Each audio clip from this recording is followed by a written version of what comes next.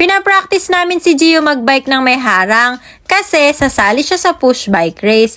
Kaso wala pa kaming mga gamit kaya lubid na lang muna na nasa lapag. Para kahit papano alam na niyang may linya na hanggang dun lang yung dadaanan. Naninibago pa nga nung una kasi puro pa diretso lang naman yung pagbike niya. Etong ginawa sa lubid pa curve para masanay lumiko. Ayan nga at nagsemplang pa dahil nadaanan yung lubid. Akala ko iiyak pero hindi naman. Pinapractice ko na nga din pala kung paano mag-cheer kapag ka nagkakarera na si Gio. Char. Ang galing na! Ay, Gio.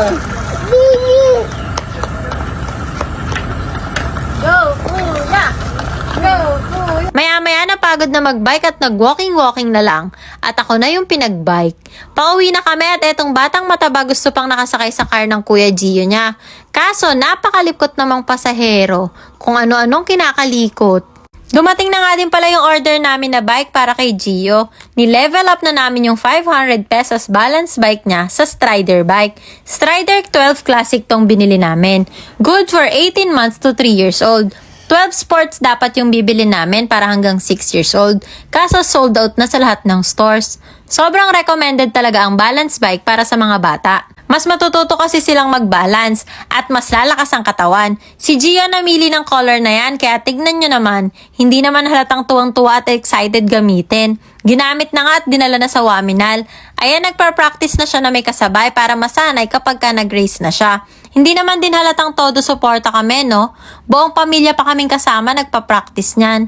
Kung gusto nyo din ibili yung kids nyo ng balance bike, alam nyo na ha, link in bio.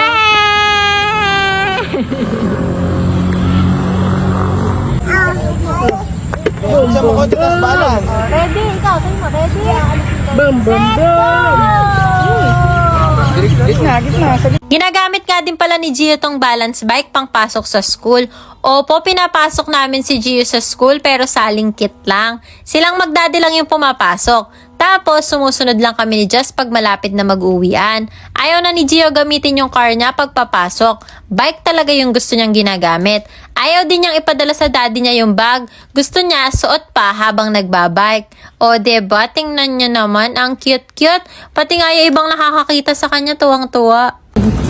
Nakataas pa ito. Ang galing ng kuya. Kaso, Okay, dapat pala nagdadala kayo cup. ayan.